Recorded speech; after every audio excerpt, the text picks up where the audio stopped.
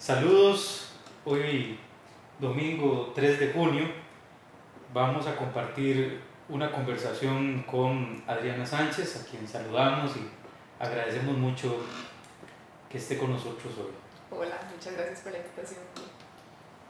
Gracias Adriana, nos ha costado, como te comentaba antes, al inicio mucho poder compartir con mujeres en nuestro espacio. Hemos hecho un gran esfuerzo por convocar a algunas mujeres destacadas de nuestro medio y bueno, por dicha yo creo que va a compensar mucho ese esfuerzo el tenerte hoy aquí con nosotros y poder conversar de muchos temas que tenemos pendientes y que quisiéramos desarrollar porque no es solo el hecho de tener una invitada y poder cumplir tal vez con ese requisito que muchos a veces lo ven así o lo exigen, sino que hay temas muy importantes que se están viviendo en Costa Rica y en el mundo, que alguien como vos, creo que con alguien como vos podemos desarrollar y experimentar.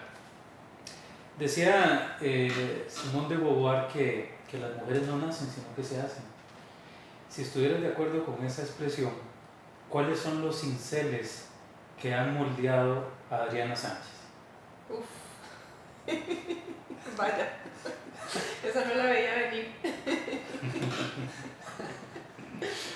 Bueno, yo creo que hay dos temas fundacionales en mi vida que yo los trato por aparte, aunque sucedieron bajo el mismo techo, que son mi relación con Doña Doris, mi mamá, y mi relación con Don Melvin, mi papá. Son dos relaciones completamente distintas.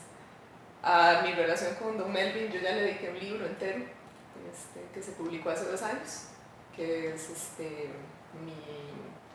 mi libro de crónicas futbolísticas, La Pasión. Es de vital importancia para mí la relación de amor que yo desarrollé hacia la incertidumbre, hacia el cambio, hacia el movimiento y hacia los deportes, a través precisamente de mi relación con Don Melvin, que pese a que es un hombre de campo, chapado a la antigua, si se quiere, con una escolaridad bastante baja. Mi papá terminó la primaria, pero no fue al cole, estudió en Melina. Su relación con sus hijas mujeres, es una relación muy particular. Él siempre nos ha dicho que no dejemos que nadie nos diga que no podemos hacer algo. Así, o sea, con esas palabras. Nunca deje que nadie le diga que usted no puede hacer lo que usted quiere hacer. Usted puede hacer lo que usted quiere. Y por otro lado está mi mamá, que mi mamá es educadora. Ellos son una pareja muy interesante. Mi papá es un hombre autoformado que toda la vida pues, se ha desempeñado como trabajador independiente, nunca tuvo un empleo estable, no trabajó para el Estado como todos los hombres de su época o la gran mayoría de los hombres de su época. Mi mamá es educadora y ella, cuando trabajaba en el MEP en los 80s, recibía unas cajas de libros de una editorial maravillosa centroamericana que se llamaba Educa. Yo no sé si te acuerdas de Educa. Sí, claro. Una editorial maravillosa, Proyecto Centroamericano, espectacular. Y a mi mamá le llegaban cajas de libros de esta editorial a la casa. Y yo me encerraba con esos libros, sin ningún tipo de fiscalización, a leer cualquier cosa desde que estaba muy chiquita. Yo he leído, o sea, yo he administrado mis lecturas, mi elección de lecturas, mi tiempo de lectura, desde que tengo uso de razón, desde que me acuerdo. Yo no fue que cuando estaba aprendiendo a leer leía libros de cuentos y ya después me dejaron acceder a otro tipo de cosas. Nunca hubo filtros para lo que se podía leer en mi casa. O sea, leer es un valor muy importante. Entonces, pues desde muy pequeña accedí a un montón de narrativas de visiones de mundo diferentes, ¿sabes? Como de maneras de pensar distintas y de realidades, especialmente las realidades regionales, ¿verdad? De América Central, las guerras civiles, la ocupación americana en Guatemala, por ejemplo, en Nicaragua, y con la familia de mami, pues que sí es una familia más involucrada en política.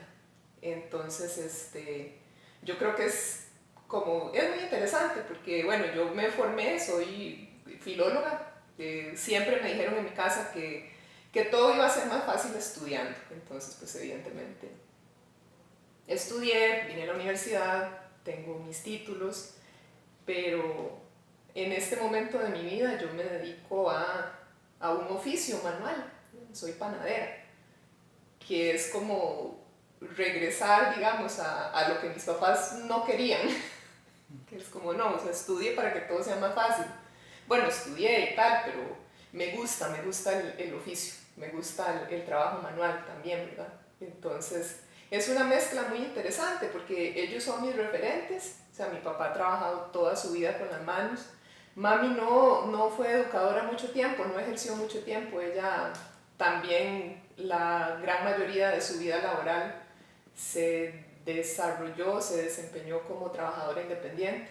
Ella es modista, hace ropa y en parte renunció a su trabajo porque ella quería trabajar desde la casa para acompañar la crianza de nosotros.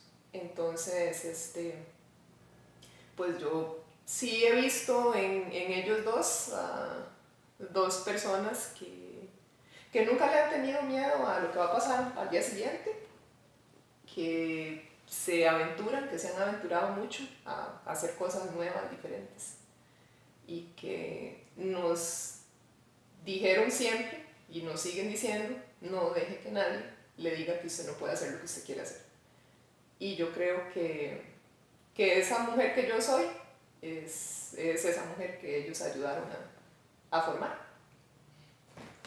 Un libro de esos primeros que usted escarbaba ahí en esas cajas, un libro al cual de una u otra forma usted ya ha tenido que volver a través de los años, un primer gran libro y tal vez un libro de su adolescencia que nos pudiera ubicar un poco, que nos pueda servir como referencia a esas lecturas. Un libro de mi infancia, Ana Karenina. Bueno, lo leí la primera vez cuando tenía 8 años. de la infancia, pero ese... Todo el mundo hace la misma cara. Bueno, sí, es que sí. es algo... No lo entendí, yo recuerdo claramente, yo tengo esta tara, yo tengo una condición que se llama ansiedad altamente funcional. Sí, es una condición ya tipificada por la medicina. Y tiene algunas similitudes con el desorden obsesivo compulsivo. Yo no puedo dejar un libro sin terminar y nunca he podido, aunque sea re malo. Siempre que le pido recomendaciones de libros a la gente les imploro que por favor me recomienden libros que piensen que me van a gustar, porque si no sufro mucho porque necesito terminarlos. O sea, un libro sin terminar que está ahí es un pendiente que lo arrastro, y a mí no me gusta arrastrar pendientes. Entonces, sí recuerdo con claridad que yo no entendí nada de lo que pasaba en ese libro, pues porque tiene mucha información que para una niña de 8 años es información que está en otros niveles. Y lo releí cuando tenía como 14 y lo releí ya más grande, a los 20 y tantos. Y ya finalmente pues como que le encontré todo el sentido, ¿no? que tenía, o que ha tenido al menos para mí. Y de mi adolescencia... ¿Qué pensás de León Tolstoy? Se robó muy buenas ideas de su mujer. Le robó grandes ideas a su mujer. Ahí, digamos, eso de que detrás de todo gran hombre hay una gran mujer, eso ahí aplica, pero aplica con todas las de ley. Sí, eso es lo que pienso de él. De mi adolescencia, ¿qué te digo? El Quijote. El Quijote es un libro que yo, bueno, cuando no tenía un negocio propio, o sea, de hace 5 años para atrás, yo releía El Quijote todos los años. Me encanta, me parece un libro maravilloso, increíble. Es tan bueno. Hice muchos trabajos de investigación en la universidad basados en ese libro, porque me parece, o sea, no es que es un libro emblemático de la literatura, no tiene que ver con canon, me parece que tiene mucho más que ver a ver, a mí me gusta mucho un teórico que se llama Mikhail Bakhtin, no sé si has oído de Bakhtin. Bakhtin elaboró una teoría sobre el carnaval, sobre lo carnavalesco, digamos, tratando de explicar desde la vivencia del medioevo cómo es que las estructuras de poder se sostienen a partir del descargo que se hace durante los periodos de permisividad. Sí, ya. No recordaba el autor, pero sí algo de la teoría. Y de la necesidad, inclusive, la necesidad que tiene una sociedad, los grupos sociales, de poder expresarse a través del carnaval. De tener esta válvula de escape, en donde vos agarras a un enano y le pones una corona y lo subís a un burro y te burlas del rey, ¿verdad? Es como una manera de sostener las estructuras a través de este permiso que se le da a la gente para reírse del poder. Y el Quijote es un laboratorio de carnaval, tiene dobles paródicos, ¿verdad? Don Quijote es estirado y flaco, y Sancho Panza es un chiquitillo gordo, y Don Quijote es serio, y Sancho es nada serio, y Don Quijote es súper inteligente y muy, como, es un intelectual de su época, y Sancho Panza es un campesino. Y sí, el Sancho está más cerca del suelo y Don Quijote está más cerca de las nubes, ¿verdad? Siempre anda volando. Y siempre me ha parecido espectacular. Y siempre me ha parecido lamentable que no se utilice una perspectiva acertada para presentarle este libro a la gente joven, porque de verdad es un libro para gente joven. O sea, yo creo que sí está dentro de las lecturas de Bachi, yo no sé si todavía está, pero sí estuvo todo el tiempo que estuvo dentro de las lecturas que eran obligatorias para la gente menor de 18 años. Hay una razón que alguien muy inteligente decidió que ese libro tenía que estar ahí. Pero lamentablemente se convierten estas lecturas en obligaciones, ¿verdad? O sea, no se desarrolla, yo creo, en la secundaria, lamentablemente, una pasión por la lectura en los estudiantes. Los profesores hacen resúmenes, le dan los resúmenes a los estudiantes. No, este año vamos a leer la primera parte y el otro año la segunda, y si no lo quiere leer, no lo lea. Las preguntas de bachillerato del Quijote son ridículas, son una pérdida de tiempo. ¿Cómo se llamaba un personaje que sale una vez en el capítulo? O sea, teniendo tanto contenido ese libro, ¿verdad? Es un libro que narra un momento histórico súper importante para la humanidad, ¿verdad? Es de verdad un libro que tiene mucha importancia. Y vea cómo me gusta que ya hable un montón de él, ¿verdad? Carlos Fuentes y Jorge Luis Borges refirieron varias veces sobre sus relecturas del Quijote. Carlos Fuentes decía, por ejemplo, que todos los años, por lo menos una vez, leía el Quijote durante toda su vida, ¿verdad? Y eso nos parecemos, Carlos y yo. Sí, y gente de este tipo, imagínense ustedes las lecturas pendientes que podían tener, que se paseaban por el mundo y supongo que tenían cualquier cantidad de bibliotecas pendientes. Bueno, siempre de una u otra forma volvían. Pero además hay una cosa con respecto al Quijote que se nos enseña a leerlo. O sea, no se deja que el estudiante de una u otra forma se acerque al libro y haga su lectura. Sí. Se le enseña, es decir, el Quijote, estos son los personajes y estas son las influencias, esta es la estructura, entonces hay que meterse en una camisa de fuerza y abordar el texto de esa manera. Yo tengo un agradecimiento eterno la oportunidad de haber podido terminar mi secundaria en un colegio científico, en la sede de Pérez Celedón. Y ahí tuve un profesor de español que falleció hace unos años en un accidente, que fue de verdad, o sea, él sí se tomaba ese trabajo. Yo recuerdo haber pasado unas horas maravillosas en las clases de español leyendo, y sí había la posibilidad de opinar. Yo creo que eso es algo que los chicos y las chicas resienten mucho, y cuando hablas con gente que ha desertado del sistema educativo formal, hay un reclamo bastante grande hacia esa prohibición, hacia esa negación del individuo. O sea, desde que tenés que usar uniforme, ser uniforme con todos los demás y hacer lo mismo y ir en el mismo horario y llevar la misma currícula, aunque tengas más capacidad en un tema que en otro, es un poco desacertado, digamos, el proceso curricular de la educación, de la segunda enseñanza formal, digamos. Y yo creo que eso tiene que cambiar. Ya en otros países ha cambiado o ha sido diferente desde siempre y funciona bastante bien. Y yo creo que hay una cosa que está pasando ahorita que está muy relacionada con todo este tema de las fake news y como, sabes, ¿verdad? Toda la noticia de mentira que circula por internet y tal. Y la posverdad. La posverdad, sí, sí. O sea, todo esto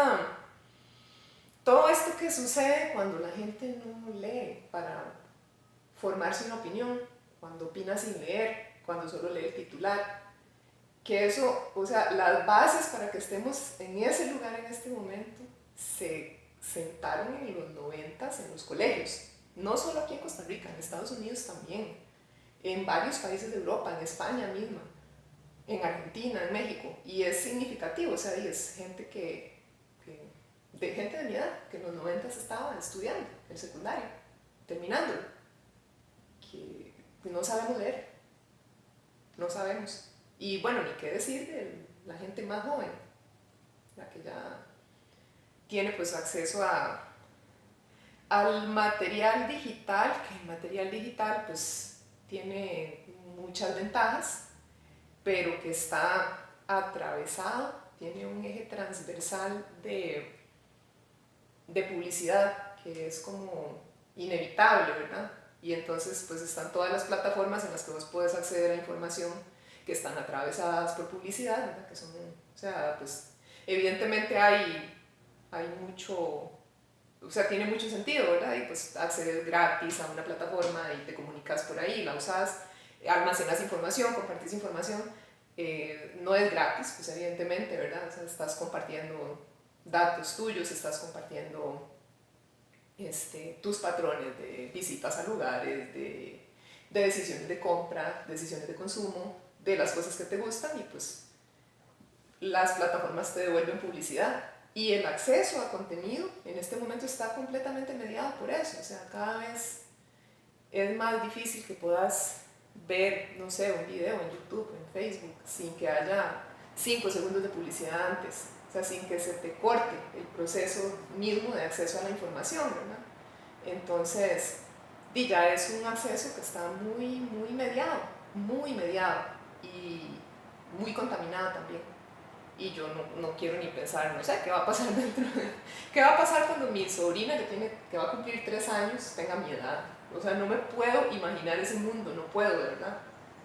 Es un mundo que me genera muchas preguntas, creo. Pero sí sos optimista. Pues yo siento que como todo es cíclico, pues habrá buenos momentos y malos momentos, ¿no? Como ha sido siempre durante la historia, siempre ha sido así, siempre. Nosotros de los errores aprendemos a cometerlos mejor la vez que viene. Creo que eso es algo muy humano. Y ahora, lo ves con toda la avanzada de los discursos neoconservadores, ¿verdad? Los tratás bien, porque me parece que lo que impera es un neofascismo terrible y profundo, ¿verdad? Como el de Trump. Uf, bueno, sí, o sea, es... Pero, a ver, a lo que voy es a... Hay un libro de Rosa Montero que se llama La historia del rey transparente. No sé si lo... Bueno, en La historia del rey transparente, Rosa Montero hace un recuento, es una novela histórica, es una historia ficcional que está contextualizada dentro de un momento histórico real, en donde pues convergen la Edad Media y el Renacimiento, ¿verdad? Pues son dos cosas que siempre uno las estudia por separado cuando están pasando prácticamente al mismo tiempo, ¿verdad? Y una es una respuesta a la otra, ¿verdad? Esos dos periodos pues son periodos que se contestan entre ellos. Y en la historia del rey transparente, Rosa Montero habla de los cátaros, que son esta comunidad un poco medio que agnóstica, medio que tiene sus similitudes con la iglesia luterana actual, tal vez, ¿verdad? Es un cristianismo muy de punta, muy liberal, muy moderno, que tiene unas visiones de mundo súper respetuosas de la diversidad y tal, y cómo esta gente es perseguida por la Inquisición y pues terminan matándolos a todos en Suiza, ¿verdad? Los últimos que quedan les prenden fuego en un encierro, ¿verdad? Donde ellos están, que no pueden salir. Y yo viendo toda esta avanzada de estos discursos, de estas iglesias neopentecostales, que son nefastas y que se aprovechan, o sea, capitalizan sobre la necesidad, sobre el dolor, sobre el hambre, sobre el miedo, sobre la ignorancia,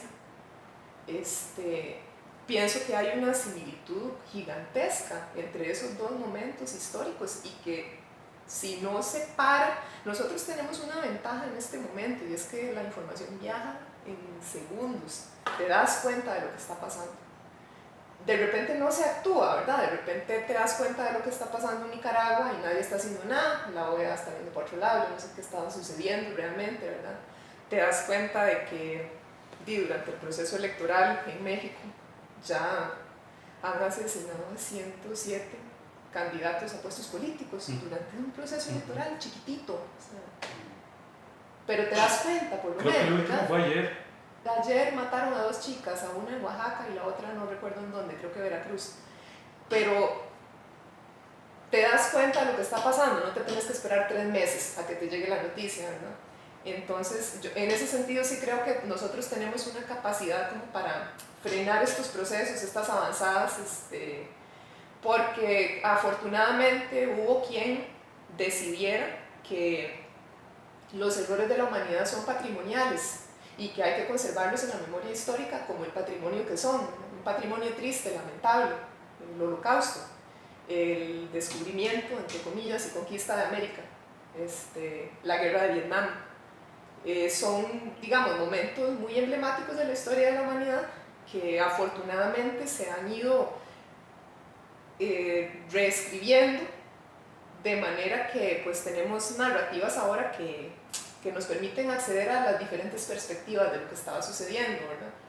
Y pues mantener a la gente informada de lo que puede pasar si habilitamos un espacio para que este discurso, si habilitamos un espacio para que esta visión del mundo vuelva a acceder a las instancias de poder, ¿verdad? Que yo creo que en Estados Unidos pues el caso de Trump es no tan lamentable, no tan exagerado, pudo haber sido peor.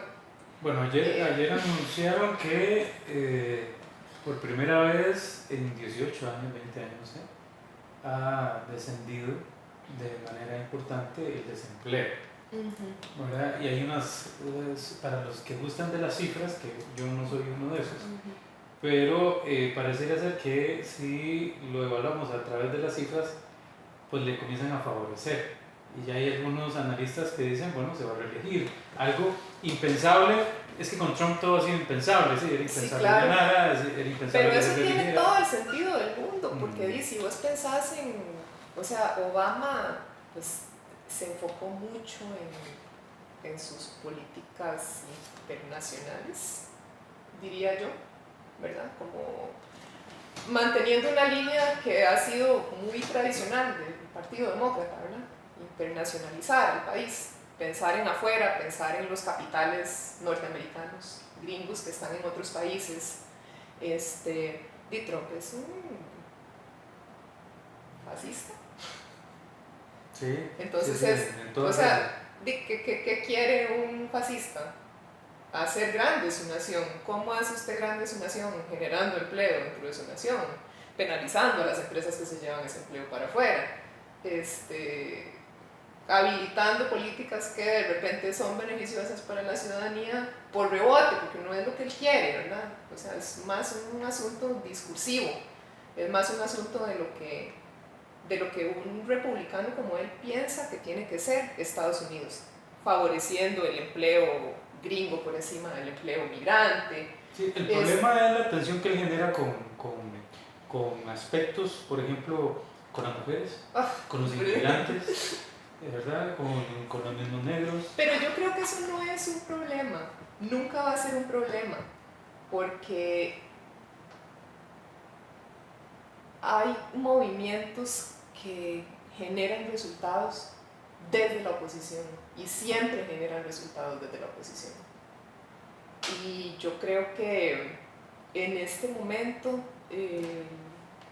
los movimientos feministas gringos, o sea, todo lo que ha pasado en los últimos meses en términos de el empoderamiento de los movimientos feministas gringos, no habría pasado en otro contexto. O sea, se necesita una figura como esa para que se den... ¿Vos crees un poco en la medida de que la contradicción ayuda a generar, por ejemplo, algo escribí hoy en la mañana sobre Murillo y Ortega en Nicaragua, y es que ellos han logrado recuperar el sentimiento cívico, democrático en Nicaragua? Parece ser que necesitamos de la contradicción, y a veces una contradicción muy radical, para poder despertar. Un poco ahí es donde apuntar. Yo creo que sí, porque nosotros somos animalitos de hábitos y esta es una generalización. Y es la fricción y la contradicción la que nos ayuda a provocar nuevos posicionamientos y a crear, por ejemplo, ahora más adelante quisiera hablar con vos acerca de las nuevas categorías, sobre un nuevo lenguaje que creo que debe surgir para poder explicar un poco el nuevo mundo al que tenemos que enfrentar, los nuevos retos, pero pareciera ser que esa contradicción es la que hace que surjan esas nuevas epistemologías, esas nuevas comprensiones. Sí, ya mucha gente lo ha trabajado, ¿verdad? Roland Barthes lo trabajó mucho, Foucault lo trabaja desde su perspectiva del poder, ¿verdad? Barthes desde la periferia. Les tengo que confesar que cuando pensé en preparar la conversación con vos, pensé mucho en Michel Foucault, definitivamente, y hay algunas provocaciones que traigo ahí.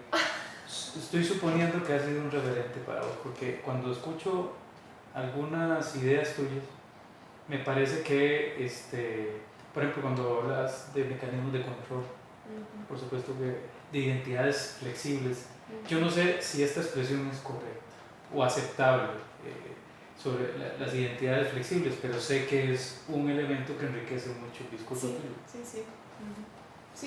me gusta mucho, me parece que uno de los principales problemas que tenemos en este momento cuando opinamos es que yo siempre le digo eso a mis amigos como chiste: te hace falta tener un poquito más de Foucault en el corazón. Necesitas llenar tu corazón de Foucault un poquitito. De verdad. Porque sí me parece que nosotros cuando discutimos en redes sociales, sobre todo, se ha generado como esta cultura que es nefasta de discutir para tener razón, ¿sabes? Muy patriarcal eso, sí, además. Sí. Pelear para tener razón. Yo no quiero discutir para tener razón, yo quiero discutir para aprender. Si siento que no voy a aprender nada en una discusión, pues no discuto. Porque ¿para qué voy a discutir con un interlocutor que solo está dispuesto a tener la razón?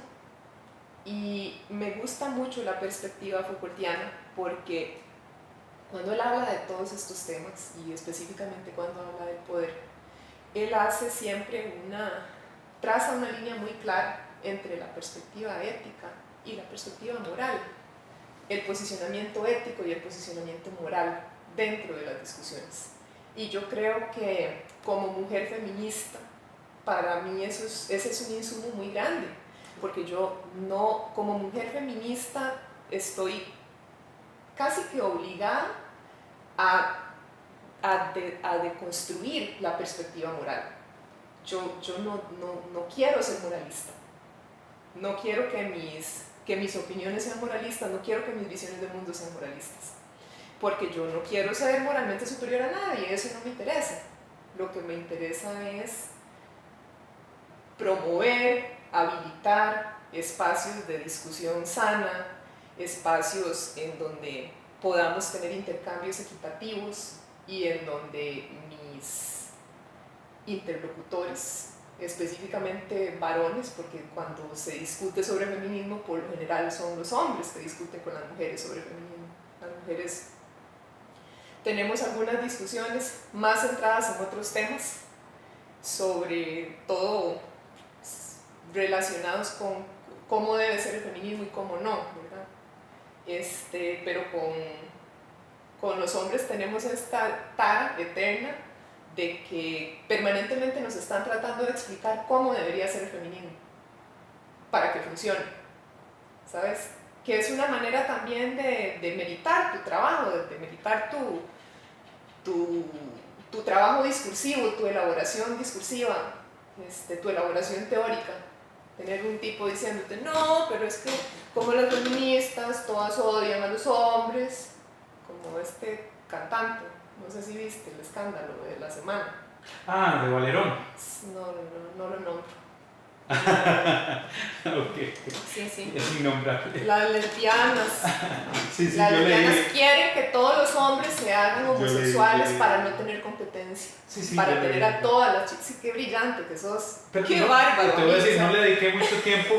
Leí 4 líneas, algo. Sí, vi que había toda una polémica alrededor de eso y pasé la página porque me pareció que era algo. Y yo digo, o sea, pero más bien, vamos a ver, sí, lo hicieron grande, sí, porque parte del problema es ese, ¿verdad? O sea, algo insignificante, porque, como le digo, para mí era totalmente insignificante, o sea, es inofensivo en el sentido de que es tan tonto, digamos. Ojalá fuera inofensivo. Te cuento un poco lo que yo percibí. Estamos hablando de una persona que tiene una cantidad gigantesca de seguidores. Cuando vos tenés algún poder de cualquier tipo para influenciar la opinión de un grupo de gente, hay que prestarle tus atención, opiniones, aunque sea una por supuesto, pero además vos deberías entender la responsabilidad que cargas con tu opinión. Pero alguien y es de una ese tipo que dice responsabilidad eso, ética. Es una responsabilidad ética. O sea, estamos hablando de un tipo que tiene una hija. Él tiene una hija. No sé qué puede tener esa chica, 13 años tal vez. Y cuando se le responde a la provocación, porque es una provocación, como no, es que vos no entendés que, bueno, número 1, ser lesbiana no tiene nada de malo, número 2, ser gay no tiene nada de malo, número 3, no todas las lesbianas son feministas, número 4, no todas las feministas somos lesbianas, número 5, las mujeres feministas no queremos ser más que los hombres, queremos ser. Y el tipo lo que dice, no, es que ustedes me están basureando porque todas las feministas odian a los hombres, entonces no podemos tener una discusión. Y yo creo que sí tenemos un problema bastante serio, porque este tema es la punta del iceberg. Hay muchísimos hombres que piensan como él, y es exactamente lo mismo que sucede cuando vos legitimás una acción, cuando legitimás un discurso desde esta relativización lamentable del posmodernismo, ¿verdad? Todo es relativo, todo el mundo tiene derecho a opinar, libertad de expresión. Por igualitarismo. Ejemplo, o sea, el problema yo creo central en este momento de todos los conflictos socioculturales en los Estados Unidos se centra precisamente en la habilitación de discursos que son apologías del odio, apologías del delito. O sea, ¿qué pasa cuando vos legitimas esos discursos? Lo que pasó durante el proceso electoral acá en Costa Rica, ¿no? Que se desata una ola de violencia contra la población sexualmente diversa, que mucha gente me dirá, no, es que esas dos cosas no están relacionadas. Bueno, pues yo creo que sí están relacionadas porque después de las elecciones disminuyó la cantidad de actos violentos específicos, concretos, actos manifiestos, tangibles, contabilizables, que existen y que están ahí, que es lo mismo que pasa en Estados Unidos, con la avanzada de la criminalización de la pobreza, de la criminalización de la migración, teniendo un presidente que dice que unos tipos que hacen una manifestación fascista, anti-negros, en una comunidad, son gente tuanis. Son gente tuanis. Inclusive Trump lo habilitó y hasta lo justificó. Yo quería leer el texto porque como nos estamos refiriendo a un texto específico, una publicación, un post que, como te digo, yo no le presté mayor atención, vi que fue tema, pero a veces en redes sociales hay cosas que se vuelven tema que realmente a mí me aburren, entonces no le presto mucha atención. Pero escuchando la posición tuya pareciera ser que en efecto pues habría que reparar en ello. Algunos de los que nos escuchan puede ser que no estén enterados, entonces creo que es importante leer el texto. Este cantante se llama Andrés Eduardo de la Espriella y publicó esto, dice: cuando te hagas homosexual y no quieras ver tetas, ese día las lesbianas serán felices porque habrán logrado su cumplido, eliminar a su competencia. Es interesante, vea por ejemplo, LGTB, L lo entre comillas, de lesbiana como primer letra, para dejar claro que primero que todo están ellas. G de gay, pero de ahí, ¿eso no incluye también a las lesbianas? Entonces, ¿para qué la L de lesbiana si sale sobrando? ¿Por qué no se llaman GTB y ya? Simple, porque el movimiento es liderado por puras lesbis que odian a los hombres. ¿Cuál igualdad ni qué putas? Y ahorita sale una necia explicando la definición de feminismo, que es igualdad. Pele el ojo, que le volteen la rosca, papito. Disculpen la lectura, pues es que no está muy bien escrito y entonces se me dificulta un poco, pero ahí ustedes buscarán y verán las referencias si quieren reparar el hecho. Yo te puedo poner Disculpe otro. porque puede ser que le haya lastimado sus tímpanos leyéndole esto. Esto es algo que pasa todos los días, ¿sí? Es algo que sucede. Entonces, y son intercambios de que vienen desde un lugar que hay que tener en cuenta. Es un lugar es que un no se puede obviar. Sí. Es un discurso que nace en un espacio, que nace en una molestia, que nace en un disgusto. Y es bastante... Ahora, yo quería decirte, disculpe que te interrumpa en eso, porque para que aproveches de una vez lo desarrolles, que creo que va en esa línea, o enriquece un poco esa línea que lleva. Vos decías que con cierto gesto de cansancio, interpreto yo, de que había que estar permanentemente en un diálogo un poco, poco nutritivo acerca de las posiciones feministas con los hombres, y que los hombres parecían no ser muy receptivos, ¿verdad? Hay una serie de resistencias, como podemos suponer. Pero quisiera decir, estuve escuchando, leyendo a Valcárcel, que es una feminista española, me gusta mucho leerla. En esto del feminismo hay muchísimos enfoques muy, muy ricos. Ella creo que ha sido una pionera, pero ella decía, a veces tenemos un sentimiento, un impulso, una voluntad, pero si esa voluntad no se materializa en una teoría, difícilmente la podamos transformar en un discurso aceptable. Claro. A mí me parece, y ahí para que provocarte un poco en esta línea, que lo comentes, que ese intercambio es importante precisamente para ir depurando esos posicionamientos teóricos. esas nuevas categorías que deben de surgir, porque el otro día estaba pensando yo precisamente sobre el progresismo y cómo sí, en este momento hay una dificultad teórica con respecto a definir el progresismo. Es tan amplio y tan diverso y tantos enfoques y no hay una teoría que pueda explicarnos qué es un progresista hoy día, ¿verdad? ¿En Costa Rica o en el mundo? Bueno, ¿y cuál es la limitación que yo veo en esto? Aparte, obviamente lo teórico, pero antes de lo teórico está el lenguaje. Y precisamente vos, que sos escritor, que sos mujer de letras también, aquí hay un reto. Si hay que crear nuevas categorías, crear nuevas expresiones, no es cosa fácil. Pareciera ser que hay que enriquecerse de las epistemologías, de lo que tenemos a la mano hoy día y a partir de ahí alumbrar nuevas perspectivas. Te quería hacer ese énfasis porque lo anoto ahí y me parece que en ese intercambio, y sé que estás de acuerdo en ese punto, hay que seguir insistiendo, a pesar de las resistencias, ¿verdad? Siempre. Porque además vos decías antes, bueno, ahora soy panadera, yo en vos reconozco a una persona creativa, o sea, alguien que está permanentemente creando, ya sea a través de las letras o a través de alimentos. Aquí hay un reto de nuestra generación de poder reaprender a crear, porque creo que el crear es un proceso que se tiene que estar aprendiendo constantemente, porque la técnica que hoy domino resulta ser que mañana tiene que complementarse con una nueva, etc. Totalmente. Yo creo que quizás hay una deuda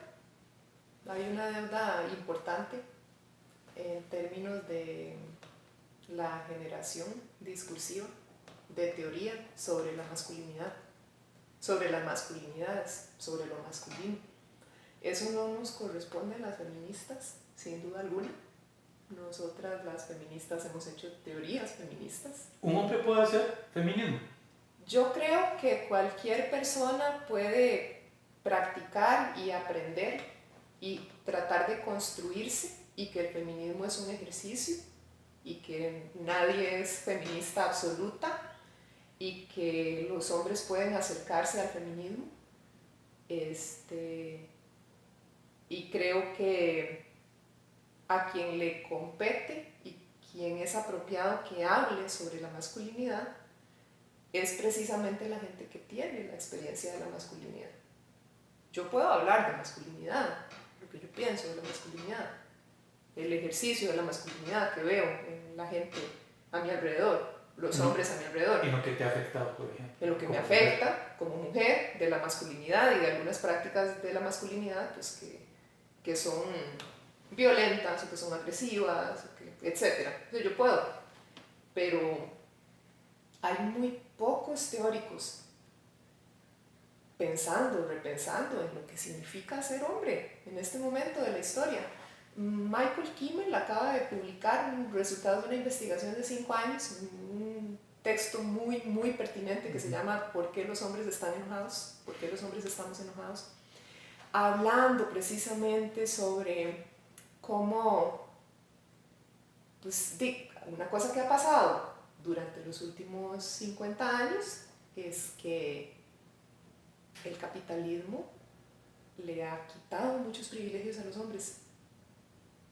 Privilegios que las mujeres nunca hemos tenido, que los hombres tenían antes, en los 50s, en los 60s, seguridad social, acceso a vivienda digna, ¿sabes? Un montón de cosas que ya están resueltas, que el hombre promedio blanco ya estaba todo planificado y resuelto, ¿verdad? Hay una serie de pasos que vos seguís durante tu vida y bueno, pues ya un día te morís, pero no tenés que pensar mucho en qué es ser hombre, ni por qué tengo que hacer esto, ni por qué. No, el Estado resolvía. El Estado te resolvía, bueno, el Estado cada vez te resuelve menos, cada vez te convierte más en una mujer, si se quiere. O sea, en alguien que no tiene privilegios, que no tiene acceso a todo eso, lo que has tenido acceso a lo largo de tu vida. Y por eso los hombres están enojados. Eso es lo que dice Michael Kimmel. Un enfoque interesante. Es muy interesante. Y entonces, claro, sucede lo mismo que sucede con todos los otros grupos minoritarios que no han tenido acceso al ejercicio de poder a lo largo de la historia, ¿verdad? Que es que cuando el Estado le da algún beneficio al migrante, le da algún beneficio al negro, al indígena, Ah, a la se mujer, lo está quitando. me lo está quitando. Mm. Y entonces hay una respuesta violenta, hay una respuesta que es una respuesta que sale del enojo. Nos pasa aquí en Costa Rica cuando hablamos de los nicaragüenses y que Totalmente. y se dice que están en el servicio de salud y demás. Sí, sí, sí. Y es un tema que opera desde ahí, ¿verdad? Opera desde una lógica capitalista. Y yo creo que ese enojo, pues es un enojo que no bien canalizado se puede convertir, se puede manifestar en una acción concreta de violencia, como por ejemplo estos chicos ahora que tienen estos clústeres en la internet, ¿verdad? Los incels, creo que les dicen, los chicos que es como todo un movimiento que hay en la internet, en la deep web, Ajá. que son estos muchachos que no tienen sexo porque ellos dicen que ellos no tienen sexo porque las mujeres no quieren tener sexo con ellos. Ah, sí, sí, ya Ajá. he escuchado algo de eso. Y sí. que sí, que en Canadá hace unos días un Sí, chiquillo se tiró a la calle en un carro y atropelló un poco de gente y tal. Sí, que al final, sí, yo lo vi. Qué Correcto, bueno. sí, pero no, sí, claro, y ya es una subcultura Que es una muy subcultura instalada. grande, instalada, Sí. peligrosa, muy, pero muy peligrosa. Sí. Yo te digo una cosa, la situación de los hombres en este momento de la historia a mí me parece precaria. Me parece precaria la situación. ¿Por qué? Porque por un lado te está sucediendo todo esto, ¿no? De lo que acabamos de hablar, que tenemos toda esta estructura capitalista que va encogiendo los estados, disminuyendo los beneficios y desprotegiendo cada vez más al que se supone debe ser la cabeza del hogar, ¿verdad? Y pues obviamente el Estado, pues, en cierto momento de la historia le ayudaba a ese cabeza de hogar a sostener una institución que era bastión de la sociedad, ¿verdad? Que es la familia tradicional, heteronormal. Cada vez hay más posibilidad en muchas partes del mundo de que vos sin mayores consecuencias podás decir, no, a mí no me gustan las mujeres, a mí me gustan los hombres. Y entonces te enfrentás vos como hombre heterosexual sin privilegios o con cada vez menos privilegios a un par que no sabes qué es ni cómo te tenés que acercar a él. Y ahí es donde comienza a operar esta lógica de, ay, yo, mientras no se metan conmigo, que es como amigo. O sea, a los homosexuales les gustan los hombres, pero no les gustan todos los hombres. ¿Sí? O sea, vos no tenés que tener miedo de que los homosexuales te quieran violar, porque les gustan los hombres, pero no les gustan todos. Tal vez vos no les gustás. Tal vez no hay un gay que diga, ay, qué hombre más guapo lo quiero violar. Y además, ¿qué es el tema? O sea, ¿qué es lo que te da miedo? Que estos otros hombres a los que les atraen hombres te traten a vos como vos tratás a las mujeres. Es que me parece que algo de eso es lo que subyace. Sí. Que es un tema de nuevo de poder y del ejercicio de poder, porque a mí hay gente que me dice, no, pero es que también hay mujeres que son unas desgraciadas y también hay mujeres que hacen esto. Y bueno, yo no estoy hablando de eso. Eso yo lo tengo muy claro, eso existe. ¿Por qué existe? Porque estamos hablando de acceso a las estructuras de poder. Cuando yo tengo acceso a una estructura de poder, puedo sin mayor consecuencia, con mucha impunidad, hacer cosas que el resto de la gente no puede hacer. Y así es como opera el privilegio. Esa es la manera en la que opera el privilegio. ¿Sí? O sea, vos haces lo que te dé la gana y no hay mayor consecuencia. De repente, el año antepasado, comienzan a desatarse las consecuencias de toda una vida de Bill Cosby abusando de mujeres a las que drogaba, que culmina hace poco más de un mes con una condena en donde se le dice a este hombre, sí, lo que usted hizo es un delito y usted va para la cárcel. Y de repente es como, uy, hay consecuencias. Sí, Hay ya, actos que tienen por consecuencias. ejemplo, pero ya, digamos, en la esfera, digamos, de los líderes políticos ya había habido un proceso de más años. Pero Tal vez lo novedoso fue que tocó ya ahora sí a Hollywood y a toda esta cosa, toda esa... yo creo que lo novedoso es la consecuencia. Lo novedoso es que haya consecuencias. bueno, porque me acuerdo que... Porque, digamos, a vos te pueden, de vos se puede decir en un juzgado que efectivamente violaste a una mujer y bueno, de repente vas 3 años a la cárcel y luego salís y seguís con tu vida. ¿Sabes? Como el karateca que violó a la muchacha en Escazú. Y está, siguió con su vida. No hay mayores consecuencias. Y cuando se habla del prestigio, de no arruinarle la vida y la carrera a un hombre, que no se le va a arruinar nada, que históricamente no se le ha arruinado nada por abusar de una mujer. Sí, te echan de la U, uy, gran cosa, te puedes ir a otra. Nunca se está pensando en la vida de la víctima, en el futuro de la víctima. O sea, el ejercicio de la violencia, y pues vos lo ejerces desde la impunidad, y la víctima que recibe la violencia carga con el trauma de esa violencia el resto de su vida. O sea, vos como persona que violenta le podés arruinar la vida a la persona que violentas. Pero es muy poco probable que incluso recurriendo a las instancias institucionales correspondientes, vos como víctima puedas arruinarle la vida a la persona que te victimizó. Entonces, de repente que comience a haber consecuencias, yo creo que es lo novedoso. Consecuencias en términos de, bueno, Dima, ya no vas a poder trabajar más aquí, nunca más, o ya vos no puedes hablar, no puedes, o sea, no te podemos invitar a que vengas a la conferencia, nunca más. Y eso es algo, pasaba el otro día con esta entrevista que le hicieron a Carlos Morales en el semanario Universidad. No sé si la viste. Leí una que tiene que ver sobre el periodismo.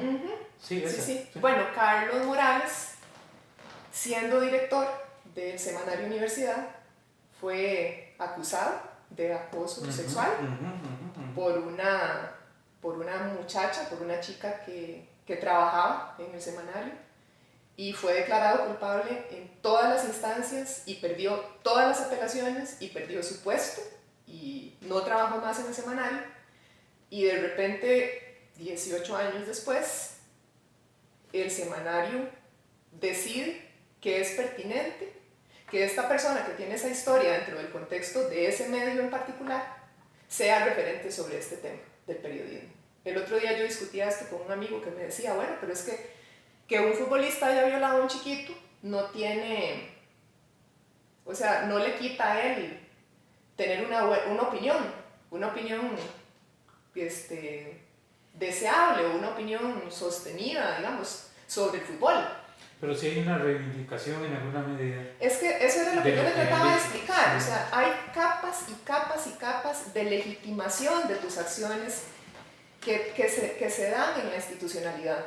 La permisividad de la institución es la que te legitima tus acciones. Y si a vos, el periódico del que te echaron, te llama de vuelta y te dice, vení, hagamos como que no pasó nada, y te pregunta sobre lo que sea, que yo digo, a ver, no sé si la entrevista la hubiera hecho Repretel, pues todo bien.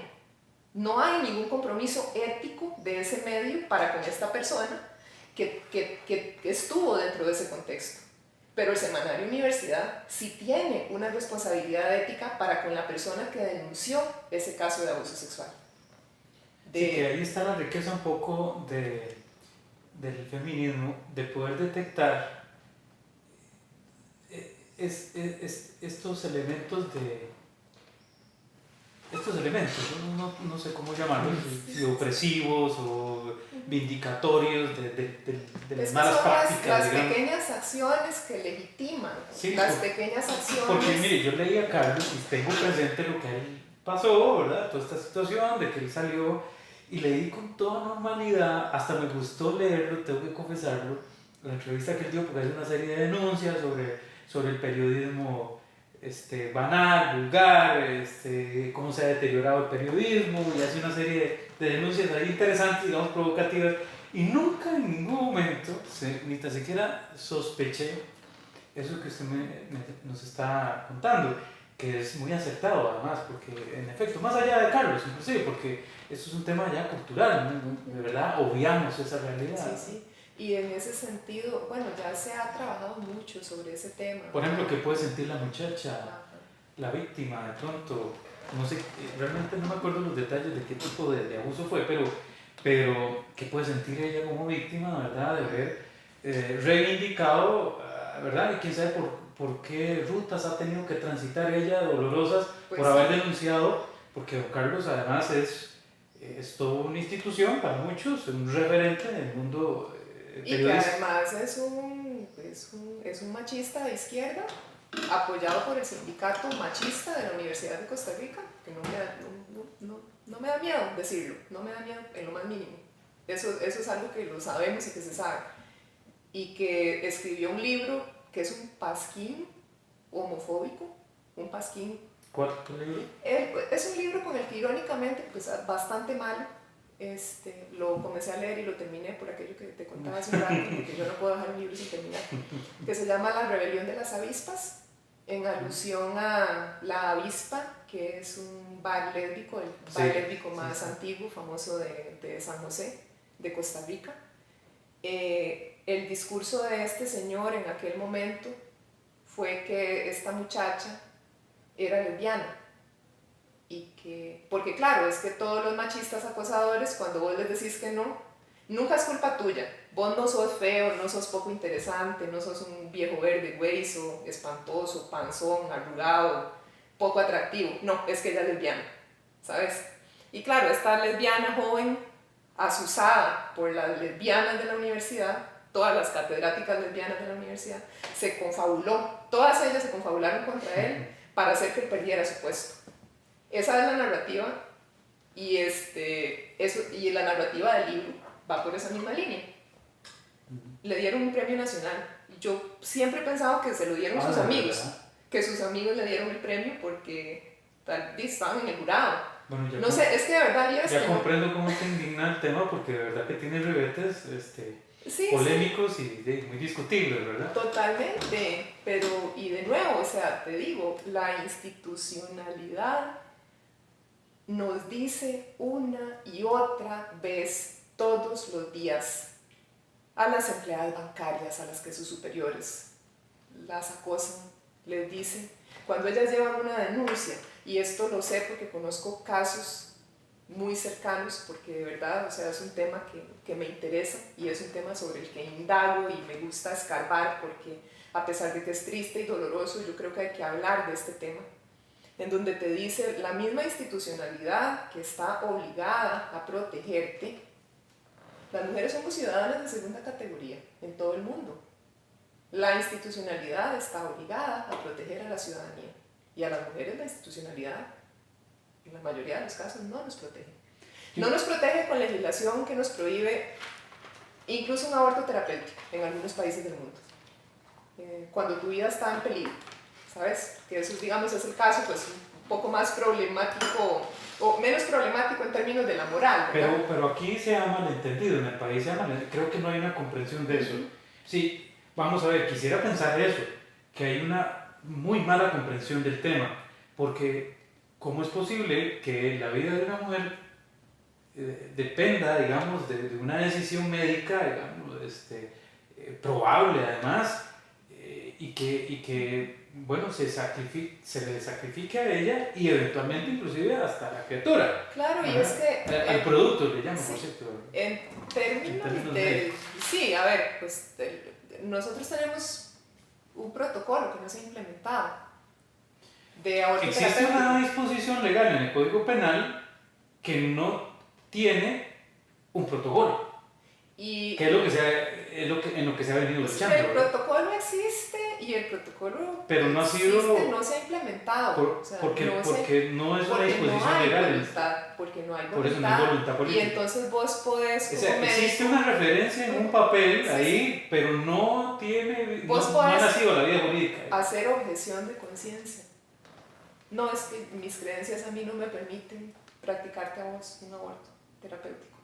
Eso es muy lamentable, pero bueno, o sea, te lo digo... Pero sí es necesario el protocolo. Retomo la idea que traía, ¿verdad? Que es que la institucionalidad nos lanza permanentemente este mensaje. Sí. A través de estas acciones específicas, que a veces son muy pequeñas, y a veces son simbólicas. Y antes eran las cuotas de participación, ahora ya tal vez no son las cuotas de participación, pero están los salarios.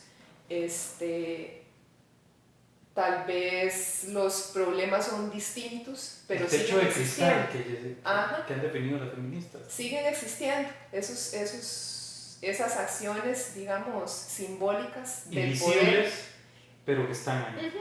que te hacen sentir miedo de denunciar, que te revictimizan. No, es que mi jefe me está acosando. O sea, chicas que se deprimen, que Otro tienen que prejuicio trabajar. es que las feministas son gays. Totalmente. Que, Total, ese es un las prejuicio. feministas Sí, las feministas lesbianas. no tienen pareja y que, bueno. Bueno, es que yo no te puedo explicar la cantidad de cosas con las que hay que lidiar en el día a día. O sea, estos discursos que nacen de una profunda ignorancia y de un desconocimiento muy, muy grande del trabajo que el feminismo hace y de los objetivos que el feminismo persigue, que me parece como que ya no debería ser tan complicado entenderlo, porque es que son cosas que son muy concretas. Pero yo sí creo que hay alguna dificultad, porque se requiere algún grado de cultura. Totalmente. Para poder absorber Totalmente. los elementos del feminismo. Y no toda la población ha tenido una formación académica sí. No, que le permita. En eso tenés razón, pero yo tengo muchos conocidos que son académicos, que son filósofos, que son abogados y que son unos machistas de mierda. Estamos de acuerdo. Entonces, o sea, yo creo que sí, que es un tema de educación, pero es más un tema de sensibilización. Claro, hay que tener, creo que primero tiene que, bueno, primero no, quiero decir, tiene que provocarse el que nazca una disposición, una apertura, porque creo que ni eso, sí, yo me acerqué a los temas feministas en la universidad y dentro de las mismas feministas había toda una resistencia de que tomáramos parte en aquellos cursos de una maestría que se ofrecía, porque además eran alternativos, no eran de la currícula obligada. Entonces yo opté por eso porque no había tenido un acercamiento al tema, me parecía muy interesante y había una resistencia. Bueno, le voy a decir que trajeron una profesora de Estados Unidos, una norteamericana, muy bien formada, y ella, nomás iniciando las clases, dice: mire, de aquí para atrás, todos los filósofos han sido machistas, y toda esa filosofía hay que tirarla a la basura, decía ella. Yo entendía que era más una denuncia, más un énfasis. ¿Cómo va a tirar uno a la basura Kant con todo y sus problemas, y Hegel y todos sus problemas desde esta perspectiva feminista, ¿verdad? Pero no podemos. ¿Por qué? Porque, bueno, vamos a ver, hay epistemologías que tienen que ser aliadas del feminismo. El feminismo solo puede aliarse con epistemologías, solo así puede crecer de otra forma, no hay una manera. Que éstas estén en alguno de esos costados o en algunos de sus enfoques morales un poco, digamos, planteados de forma incorrecta, pues sí, ¿verdad? Pero bueno, entonces se hablaba de aquello de los micromachismos, ¿verdad? Y entonces, mire, yo soy una persona que está muy acostumbrada a abrirle la puerta a las mujeres. Esa es una costumbre que tengo. Hasta que entré en contacto con la situación ahí, me di cuenta que eso era una ofensa terrible de mayor nivel. Pero yo vivía en ignorancia. Y sí, no puedo ser víctima de una persecución por eso. Sí, puedo ser más bien sujeto de acercamiento a un proceso de entendimiento, de comprensión, pero no agresivo. Claro. Si yo sufro la agresión, entonces voy a decir: no, hay algo que no está bien aquí. Era para poner un ejemplo, ¿verdad? Pero si lo llevamos, si lo extrapolamos a niveles más macros, creo que se combinan cosas, porque en efecto la mujer no tiene por qué tener paciencia ya, ¿verdad? Y yo digo, tantos siglos de opresión no puede pedirse paciencia. Yo creo que hay un momento de enojo muy grande en este momento, y que está bien. Se ha acumulado durante muchos años, y está bien que haya un enojo que se manifieste, son siglos.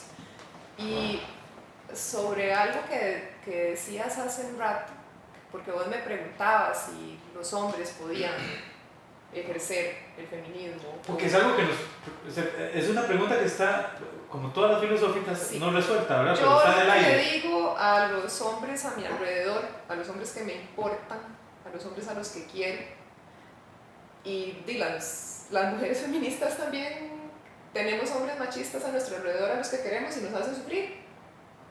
Nuestro papá, hermanos, amigos, o sea, no somos de piedra, queremos a la gente.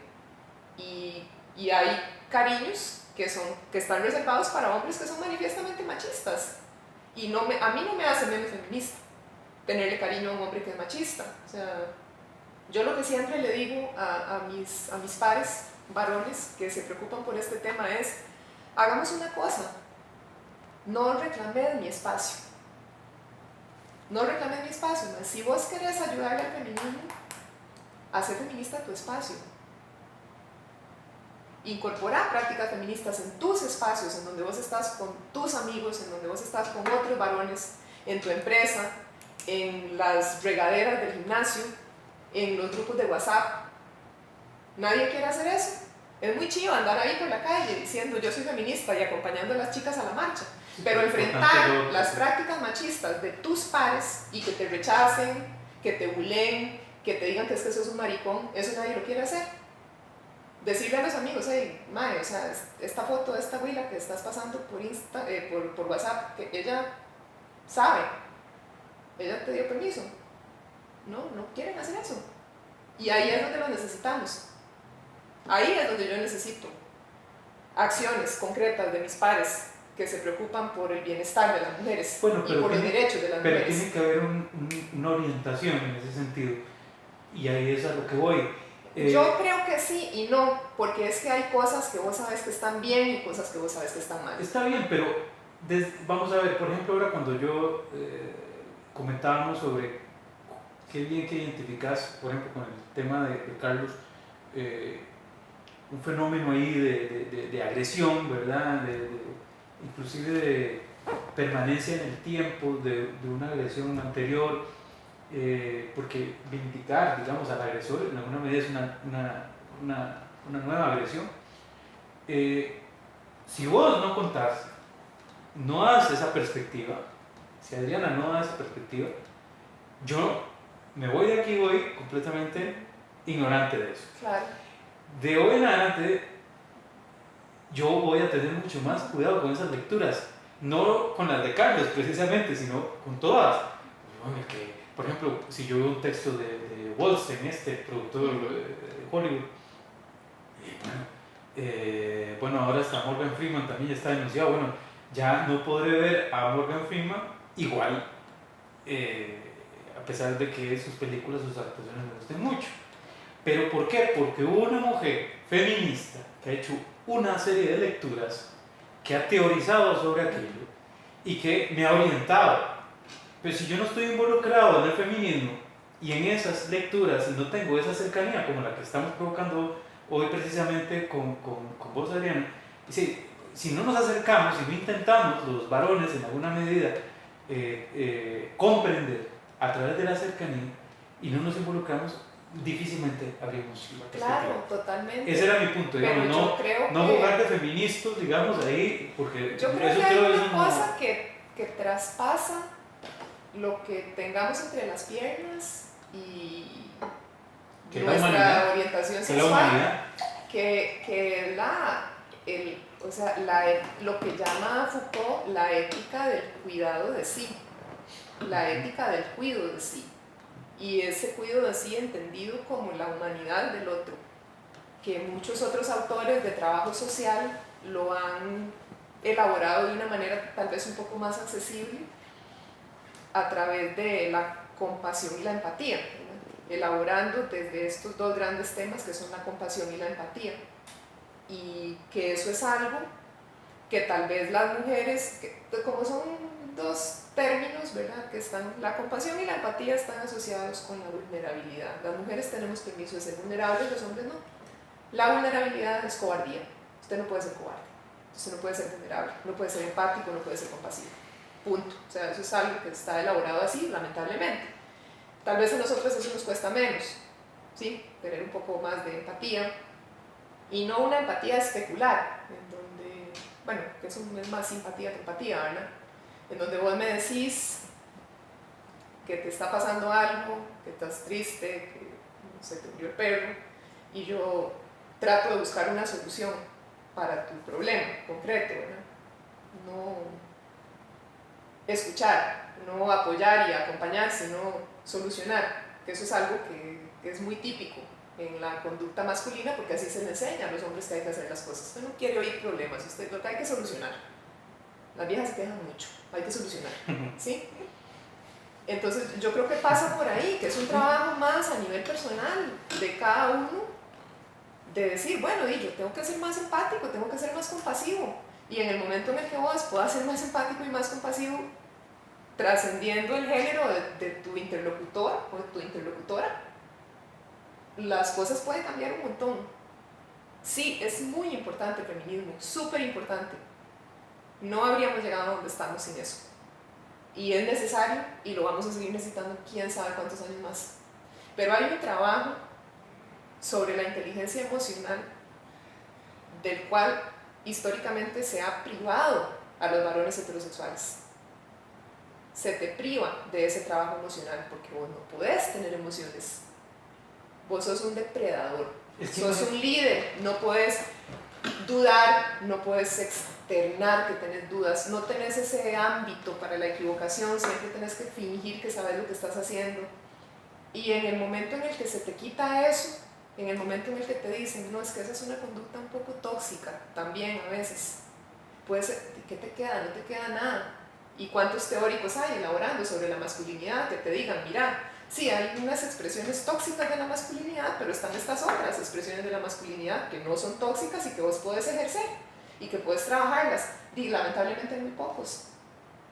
Hay tan pocos, que gente que tiene la profundidad teórica de esta taza de café, como Jordan Peterson, se están convirtiendo en referentes sobre nueva masculinidad para la población joven, para los hombres jóvenes, con la profundidad de esta taza de café.